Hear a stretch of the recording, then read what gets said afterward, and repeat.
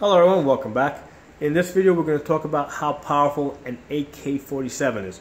Now we're going to talk about that power in terms of energy. That's a calculated number that takes into account both the bullet's velocity and its mass. I did a prior video where I really went into the details of that. If you guys are interested, that video is called How Powerful an AR-15 is. So if you haven't seen that video, go check it out. So in this video I'm just going to jump straight into it. So I have a chart here. Over here I have the yards, starting from 0 going out to 500. And in this column over here I have the AK-47 shooting the 7.62 by 3.9. Okay, so at 0 distance, our AK has 1,500 foot-pounds. At 100 yards, it has 1,300 foot-pounds. You'll notice that's more than the AR-15 at the muzzle. Okay, at 200 yards, it has 800 foot-pounds. 800 foot-pounds is the energy that you will get out of a 44 Magnum. So once you get past 200 yards, okay, you've got pretty much the same power as a 44 Magnum. So we are in handgun territory past 200 yards. At 300 yards, we've got 600 foot-pounds of energy. That's basically a 357. At 400 yards, we got 500 foot-pounds of energy. That's a hot 40 caliber. And at 500 yards, we got 400 foot-pounds of energy. That's a weak 40 caliber. Okay. So in my opinion, once you get past 300 yards, you are solidly in handgun territory with either one of these cartridges. So they're both going to pretty much do the same thing. So I don't think there's any significant difference past 300 yards. Likewise, in the first 100 yards, they're both well above 1,000 foot-pounds of energy. They're both going to have the same incapacitating effect. They're both going fast enough to make a hole plus cause damage to surrounding tissue. So the first 100 yards doesn't make a difference. 300, past 300 yards, it does not make a difference. The place where I see the biggest difference is between the 100 yards and the 200 yards. Okay. Because the AK-47 at 100 yards still has 1,300 foot-pounds of energy. It's gonna keep a lot of that on its way out to 200 yards. So that's where I think the big difference is. In this 100 to 200 yards. Now I zero my AKs at 50 yards. A 50-yard zero on an AK will give you a second zero at 150 yards. So out to 200 yards, it's really not that hard to hit the target with red dot. So at with that 50-yard zero, at 200 yards, if I put the red dot in the center of the chest, I'll hit somewhere in the stomach. Or likewise, if I put the red dot at the head, I'll hit the center of the chest. So at 200 yards is not that big of an adjustment. But once I get past that, because the bullet's going slower, the adjustments become more drastic, okay, and it's kind of hard to keep track of what adjustments you need to make, what your holdovers need to be. That's why on at least one of my AK-47s, I use the Holosun 503G.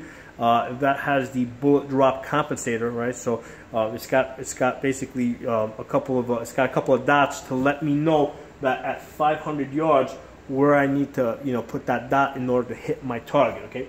Now by contrast with the 5.56, right, which is going a lot faster. Okay.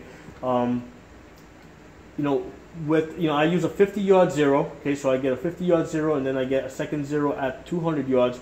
At 300 yards, the drop off is not that much. So basically, if I aim chest, I'm hitting stomach, or if I'm aiming head, I'll hit chest. Okay. At the 400 yards. Again, because the bullet's is still going pretty fast, if I want to hit chest, I know I just basically got to put that red dot above the head, okay, and it'll hit there. And at 500 yards, what I would do is, wherever that red dot is, okay, I basically just go on top of that. I double it. Or another way that people will typically figure is like you take the torso and you take that and you just shift that whole thing above. Okay, so you basically double, you double the size of the torso, and you kind of picture where it would be if you had another torso sitting on top of this torso, and that's where you put your red dot. So it's a pretty easy adjustment to make with the 5.56 caliber if you're shooting out to 500 yards. If you just have a simple red dot and you're trying to hit 500 yards, You know, the adjustment that you need to make can be a little bit difficult to, you know, it can be very difficult to be consistent with it, okay? So that's one of the differences with or one of the advantages of the 5.56 over the 7.6 2x39 in terms of aiming, okay? So again, like I said, past 300 yards, they're both doing the same thing. They're both, you know, the differences between them are only about 100 foot-pounds. Up here, okay, in that first 100 yards, you know, they're both well over 1,000 foot-pounds of energy. So that, again, they're both going to do the same. So the main advantage of the AK is between 100 yards and 200 yards, okay, because, you know, the AR-15 with the 5.56, you know, it's shooting somewhere between, you know, it's generating somewhere between 800 and 600 foot-pounds of energy. So that's you know, handgun caliber all the way, okay, between 100 and 200 yards.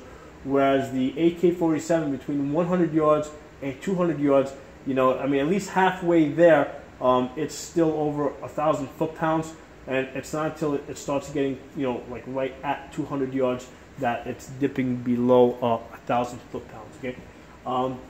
For comparison's sake, over here I have the 308. Okay, 308 starts out at 3,000 foot-pounds, and at 500 yards ends up around 1,400 foot-pounds. So that's pretty close to where the AK-47 is at the muzzle, and it's definitely beating the AR-15. So that's the reason why, you know, hunters and snipers, you know, prefer to use 308, you know, 30-06, that kind of stuff. Okay, so this is what we would call a full-size, you know, battle round. You know, the AK-47 and the 5.56 are what we call intermediary rounds. Okay, they're both very similar. And again, in the first 100 yards, I don't see a significant difference as far as the effect, you know, that they would cause. Past 300 yards, again, no significant difference. It's in that 100 yards to 200 yards where I think the AK has the slight advantage.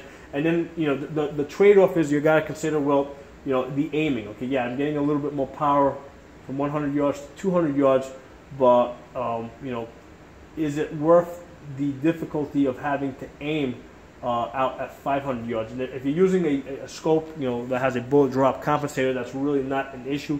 But if you're just using a simple red dot, you know, that can definitely be an issue out to 500 yards. That can present a new level of difficulty. You know, 308. You know, I gotta tell you guys. I mean, I will. You know, when I do shoot 308, I will shoot maybe 40 to 60 rounds of it, and at that point, I've really had enough of it, and you know, it just kind of beats you up. You know, it just stops being as much fun. Okay. You know, 5.56, I can shoot, you know, 500 plus rounds of that, and you know, you know, it's a fun gun to shoot. You know, the recoil is nilch. Okay. With the 7.62 by 3.9, you know, past 300 yards, the gun starts to wear you a little bit. So you know, I mean, usually after 300 rounds, most people have had enough of shooting the AK-47. Okay. You'll certainly feel more worn at the end of the day if you're shooting, like, you know, somewhere between 500 and 1,000 rounds. If you're doing, you know, an all-day training session, you know, the AK-47 is definitely going to wear you out faster. One of the things I have found is I've definitely gotten better at shooting the AK-47 by practicing more with the 5.56, because you know, it's kind of like I shoot 22s so I can shoot my 5.56 better. Well, I shoot my 5.56 so I can shoot my 7.62 by 3.9 better, and likewise I shoot, you know, my 7.62 by 3.9 so I can shoot my 3.08 better. So I dropped down one level in order to improve at the level that I want to improve at. So that's one of the ways that you can see this. You know, I mean, even if you're a hardcore AK guy, you know, shooting 5.56, I believe, will make you better with the AK-47. You know, and then of course you can go back and practice like some magazine change drills and do some things that are unique to the AK-47. But those are my thoughts on this. I mean, I think both guns are great. Obviously I own and I shoot both guns. If you guys have any comments, anything you'd like to add, I'd love to hear from you guys. You know, I'm open to all opinions, and perhaps you guys have some ideas that I have not thought of. I'll talk to you guys soon.